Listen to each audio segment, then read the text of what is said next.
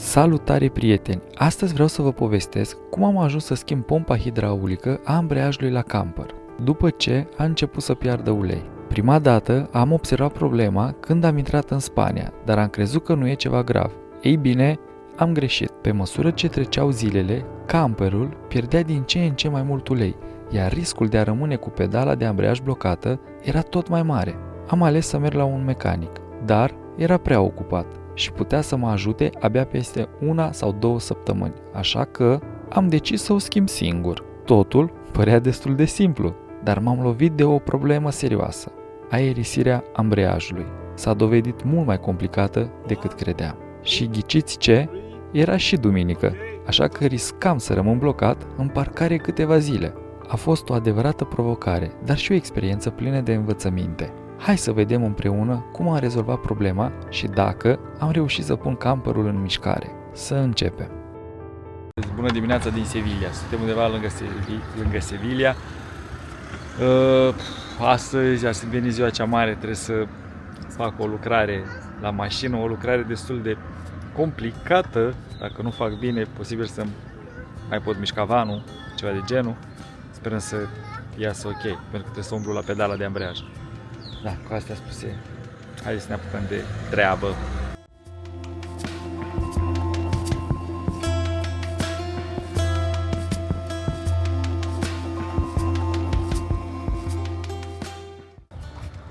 Bun, mi-am scos trusa cu scule și haideți să ne apucăm de treabă. Wow. Am emoții, vă zic sincer. Și dacă vă întrebați de ce am emoții că dacă dau pedala aia jos și nu mai pun la loc, nu mai pot pleca cu vanul de aici. Rămân pe loc. Bebe! Ne-au spus o săptămână să așteptăm ouă. Da, m-am oprit la un mecanic și l-am întrebat. Mi-a zis că, domnule, se schimbă destul de repede. I-a zis, bine, dar nu poți să mi-o faci tu. Te plătesc, aia e. Mi-a zis, da, frate, îți plin de muncă. Minim o săptămână, chiar 2 ai de așteptat. 2 săptămâni. Eu în 2 săptămâni, cine știe pe unde sunt. Așa că mă apuc eu, asta e. Bun, eu trebuie să dau jos tot blocul de pedale, am impresia asta, să iau o lanternă de aici ca să vă arăt exact, să vedeți despre ce este vorba. Vedeți? Aici am pierde ulei. Ia uite. Să vede, jos. Din cauza faptului că sus acolo, uitați, asta are o garnitură pe undeva și îmi pierde ulei. Dar eu când apăs pedala, nu am probleme gen să-mi rămână pedala înăuntru sau nu. Yes. Dar se aude cum, ia, nu știu dacă se aude pe acolo. Practic e pistonașul ăla acolo care îmi aruncă uleiul în sus, mi-l scuipă, mi-l asta.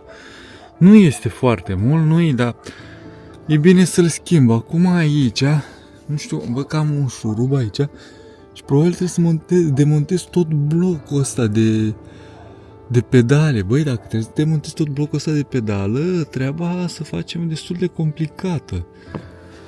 Și parcă n-aș vrea să demontez tot. Acum mă pun și dau ăsta jos, ca să am mai mult spațiu și să văd mai bine aici înăuntru.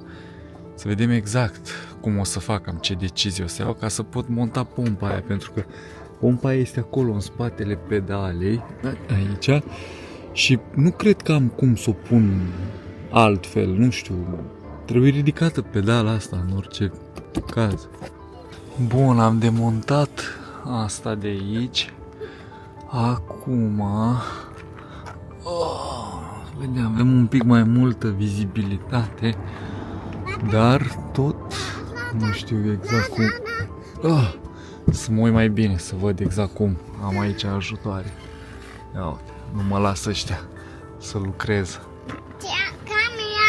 Bă, lăsați-mă, să lucrez. Bebe, mecanic și el. Nice. Și eu sunt mecanic. Și tu ești mecanic, nu? Bun. Da, nu știu cum o să desfac eu aici asta. Probabil că o să dau și asta jos. Ca să am mai multă vizibilitate aici. Sus. Cred că dau și asta jos. Toată partea asta de aici. Asta, bamba. Mecanice. Chestia asta de aici n-am cum să o demontez pentru că e toată cu bordul în partea aia acolo. Din ce m-am uitat eu mai bine, aici sus am o clămiță fix în vârful pedalei, doar că n-am cum să vă filmez și să vă arăt și vouă. Și o să încerc clămița aia de acolo, uitați unde bate lumina, fix asta de aici, să desfac clămița aia și atunci o să-mi dea drumul la pompă jos. Și o să văd după pompa, cred că o să iasă ușor la mână de acolo. Altfel nu cred că am cum să demontez tot blocul ăsta de pedale, pentru că mi se pare imposibil, oricum nu-mi dă voie să ies după, cauza faptului că am și ăsta în centru, de la volan, care să mă mișcă roțile, uitați asta. Și cum fac, ce fac, demontez acum și asta? Pentru a da jos tot blocul de pedale? Nu cred. Așa că o să încerc să dau jos clămița respectivă și să văd dacă mi ies afară pompița. O, Doamne, ce situație! Bună dimineața din acest loc minunat. Suntem la 10 km de Dos Hermanas și la jumătate de oră, cred, de Sevilla. Deci, cum v-am spus, suntem foarte aproape de Sevilla, numai că Mădă trebuie să facă o lucrare foarte importantă la camper. Noi am venit în parc cu copiii, eu și Julie. Mădă a rămas la camper cu Patrick ca să încearcă amândoi să rezolve problema, pentru că pierde foarte mult ulei și ori o facem acum când are și ajutorul lui Patrick, ori dacă nu devenea foarte complicat, și plus că mecanicii ne-au spus că avem de așteptat o săptămână. Ideea este că noi nu știm cât ne mai ține. Poate să ne mai țină încă o săptămână, poate să ne mai țină 2 zile, cum poate să ne mai țină și un an. Dar am văzut că începe să piardă foarte mult ulei. Între timp, noi am venit aici în parcul ăsta frumos și ne vom duce și sus acolo să vizităm. Și cam atât. O să facem un mixt. Mădălin la camper, Mădălina sus cu copiii la joacă. Locul ăsta sunt și foarte multe pisici.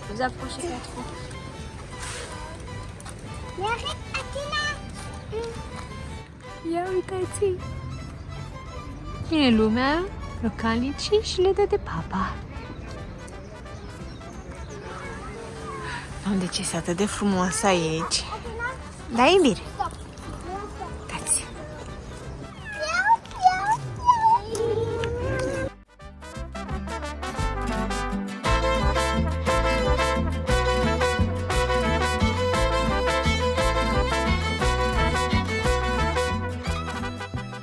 Parcul ăsta este atât de frumos.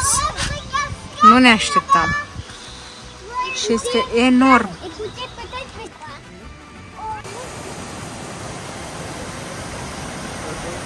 Avem și niște rățuște. Vai, dar e tare frumos aici.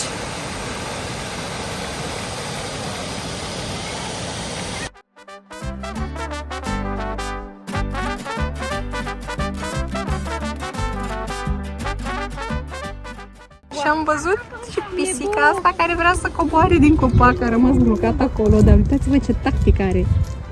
Wow! Și trebuie să coboare aici. Și ea era sus. Ok, am reușit să scot pompa. Uitați-o aici, era garnitura din ea de aici dusă, o să vă arăt după. Băi, n-a trebuit să demontez tot blocul pedală, a trebuit să scot doar pompa de aici. Acum o montez pe cealaltă, că sunt foarte curios să văd cum se montează și să văd că funcționează și după o să vă explic exact ce și cum. Mic update. Am montat pompa după cum v-am spus, asta sub pedală. Băi, dar am impresia că am nevoie de o pompă să aerisesc ambreiajul. Și nu știu cum Dumnezeu să rezolvă. Acum am vorbit cu un prieten ce este mecanic, i-am trimis niște poze, mi-a zis, băi, nu-ți trebuie pompă, te sună 10 minute să-mi explice ce trebuie să fac. Haideți să vă arăt și vouă. Deci, apăs pedala, rămâne jos, normal, pentru că nu e amorsată. Pompa n-are ulei, trag de ea, vine înapoi. Problema care este? De exemplu, Nu știu dacă o să vadă pe cameră, dar ia să vedem, da, se vede. Aici, uitați aici, frumos, am desfăcut cepul ăsta și ar fi trebuit să aerisească pe aici, dar nu-mi iese aerul afară, nici de cum, chiar dacă apăs pe pedală, chiar nu iese aerul nici de cum. Ori nu e ăsta aici, iar celălalt tub n-are sens să-l desfac, pentru că chiar n-are sens să-l desfac pe ăla. Așa că ar fi o metodă să leg o pompă aici și să tragă uleiul, mi-l trage în sus cu tot cu aer, ca să amorsez tot sistemul. Ori dacă nu știu, există altă metodă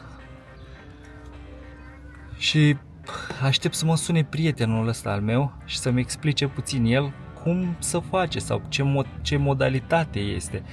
Pentru că eu, vă zic sincer, iar faza e că m-am oprit și la un mecanic și l-am întrebat: băi, uite, am de modificat asta, am de schimbat asta, pot? Ce, da, n-ai nicio treabă, dai jos, bam, uite, ăla este furtunașul, dai drumul la furtunaș și se aerisește. Se aerisește. Nu se aerisește, frate.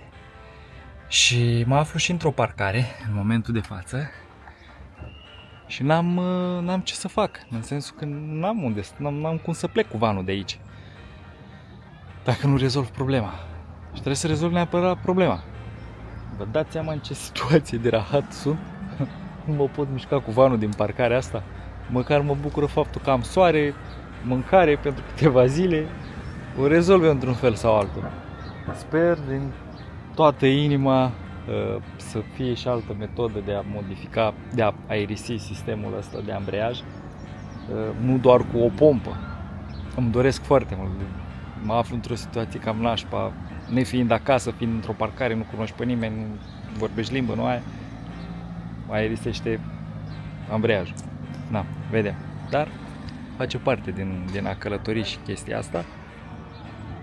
Și da, cam asta este van life, trebuie să te pricepi un pic cam la toate. Avem aici mecanicul francez și mecanicul Hermes. Și încearcă să facă aici. Am vorbit cu un prieten de-al nostru din Italia. Yeah, I push. E afară. Ia, Okay, and close. Okay, 1, 2, 3. Okay, open. Slowly. Pare că funcționează. Close. Hermes.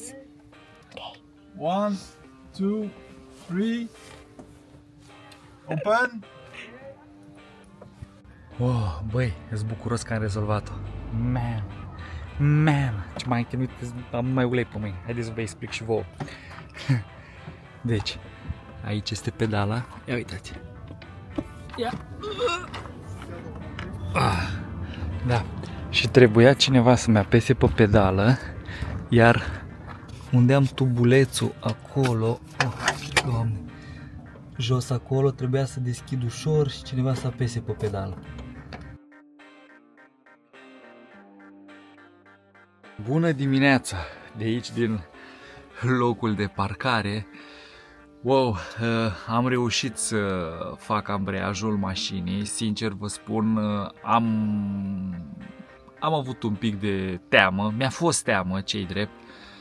Pentru că e prima oară când fac ceva de genul. Nu că ar fi fost greu. Este mult mai greu să umbli la motor când desfaci motorul. Acolo o greșeală poate să-ți fie fatală. În schimb, aici m-am speriat puțin pentru că pe cine întrebam sau când mă uitam pe internet, vedeam că, bine, nu am găsit pentru Fiat Ducato, ce-i drept un tutorial unde să văd exact cum se demontează acea pompiță, acel pistonaș. Și de ce vedeam pe internet la alte mașini, bine, mașinile nu sunt toate la fel și, na, diferă. Vedeam că toți dă jos tot blocul de pedale. Și mă panicasem, vă dați seama, zic, băi, ești nebun, tot blocul de pedală. M-am oprit până când și la un mecanic, la un moment dat a zis, bă, mă duc, dau banii și asta e. Na, mi-l repară ei decât să fac eu vreo tâmpenie, mai bine așa. Dar când am mers la mecanic să întreb dacă poate să mi-l schimbe, domnul de acolo, foarte drăguț, chiar n-am ce să-i reproșez absolut nimic, super mega drăguț, mi-a zis, băi, nu avem timp să-ți facem și ție asta la ambreiaj, pentru că avem foarte, foarte mult de lucru. Dacă vrei, peste aproximativ 2 săptămâni o să putem să îți facem și ție chestia asta la ambreiaj. Zic, ce ai făcut, băbeță? 2 săptămâni să mă bată mama? Păi cine știe unde sunt eu peste 2 săptămâni? Și l-am întrebat, bă, fii amabil, poți să-mi arăți și mie cum să fac? Eu deja aveam o idee. Omul drăguț îmi zice, da, uite, trebuie să demontezi tot blocul de pedale. Aoleu, zic, hai, ce ai făcut, tată? Tot blocul de pedale. Și acum, stați că a pornit careva o drujbă pe aici sau nu știu, ceva, să închid un pic ușa. Și acum am zis, da, hai Mădăline, că până aici ți-a fost, tată, dă-i și apucă-te de treabă. Și m-am apucat, am început să demontez ușor prima parte. N-am vrut să dau jos tot blocul de pedale și nici n-am dat jos tot blocul de pedale. Am reușit să demontez doar pompița. Cred că așa se și face la Fiat Ducato, nu dai jos tot blocul de pedale, că e groasă treaba acolo. Și am reușit într-un final să dau jos. Avea un cuișor sus în partea de sus. N-am reușit să filmez exact cum am făcut pentru că spațiul era foarte îngust. Este foarte îngust, ce-i drept. Întorc camera să vă arăt și vouă. Ia uitați. Ia uitați un pic spațiu aici, extraordinar de îngust și n-aveam unde să mai poziționez și camera să filmez. Știu că ar fi fost foarte interesant să filmez. Pompița se află fix aici, în spate. Nici nu reușesc să filmez, este ascuns aici după. Uitați asta din față. Aia de aici, exact aia de acolo, unde se vede chestia aia albă, punctulețul alb, aia este pompița. De fiecare dată când apeși pedala, îți trimite pedala la loc. Acum pedala e sănătoasă, am făcut-o, am aerisit-o, am făcut-o ca lumea. Să ies de aici de sub mașină. Bun, acum am venit, m-am apucat de treabă. Eram cu Patrick, cu prietenul nostru de la Magic Bus, m-a ajutat și el, mersi foarte mult Patrick. Și am demontat-o, într-un final am dat-o jos, am văzut că pompa cealaltă era cam dusă, nu garnitură, tot. Mă rog, vă dați seama, era pompa originală, mașina având 300 și ceva de mii de kilometri, 330.000 acum. Ce poți să-i ceri? Sunt consumabile, n-ai ce să-i ceri. Deja a mers prea mult pompa aia. Bun, eu mi-am cumpărat pompa de la Valeo, Valeo, sper să pronunț bine. Și acum m-am apucat de treabă. Am scos furtunașele de presiune, mi-a ieșit presiunea de pe instalație de ulei. Bun. Să o montez la loc. Am pus-o pe poziție, i-am pus furtunașele, i-am pus tot. Uitându-mă pe internet, și că băi, desfaci un tubuleț acolo frumos, dai pedală și ea singură îți dă afară aerul. Da, stai pe aici, Mădălin, că nu e așa. Bă, câtă pedală îi dădeam eu, nu mi împingea, nu știam ce are. Zic, mamă, stai să vezi acum belea, că am rămas aici cu duba, am rămas în parcarea asta în Sevilla, mai pleacă Mădăline de aici. Îți dai seama, nu mai poți să pleci. Ambreiajul nu-ți mai merge, unde te mai duci tu? Trebuie să chemi pe ăștia să vină să-ți ridice mașina. Am înnebunit, zic, stai să vezi acum problemă. Norocul meu că am un prieten mecanic, l-am sunat, era și duminică, l-am sunat, l-am rugat frumos, zic, băi, Ștefane, uite care e problema, m-am apucat să schimb asta și cum Dumnezeu să o aerisez. Din ce mă uitam pe internet, aveau ăștia o pompă care trăgea. Băi, zic, eu n-am pompă aia, cum fac eu acum? E și duminică, sunt și într-o parcare și ce fac? Unde mă duc? Că, Și foarte drăguț, mersi mult Ștefan, mi-a explicat cum să face, fiind în 2-1 prinăuntru apasă pedala, dar nu apeși de tot până jos, celălalt, ai o siguranță la tub, nu putea de nou să vă filmez acolo în față că e greu, ai o siguranță în față, o să vă pun niște imagini apropo ca să vă faceți idee că am niște imagini, poză cred că am. Are o siguranță, o clămiță de fier, mi-a zis, vezi că acea clămiță intră în două poziții. Prima poziție este închisă, tragi ușor de ea, în a doua poziție este deschisă. Tu tragi frumos de tubul respectiv, tubul ți iese un pic în afară, când tubul ți-a ieșit în afară, trebuie să te sincronizezi perfect cu cealaltă persoană ce te ajută. În sensul, ea să apese pe pedală, dar să nu-i dea pedală la fund. Să apese ușor pe pedală, când mai are 2-3 mm până în fund, să-ți strige să închizi, să împingi tubul și să-l ții în presiune. Atunci el trage pedala înapoi, îi dă 1, 2, 3 pedale, cu tubul închis, tu ții cu mâna presiune pe tubul ăla să nu tragă aer, după care iar el când vine cu pedala jos, tu paf, tragi de tubul ăla ușor, să duce în jos, o să vezi că ți aruncă afară lichid cu aer.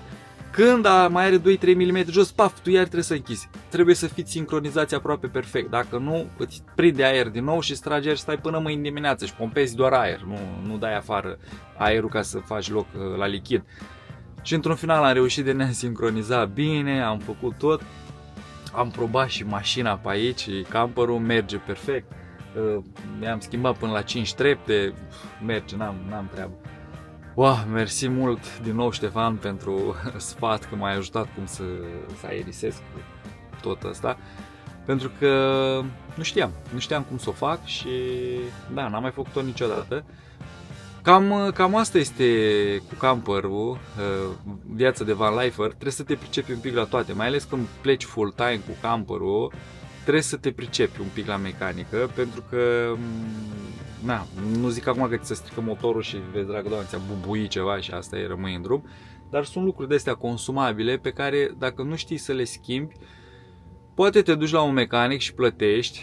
Pe mine m-a costat pompa respectivă undeva la 100 de euro, iar un mecanic să ți-o fi schimbat-o probabil ți-ar fi luat 200-250 de euro cu mâna lui de lucru tot, cam așa.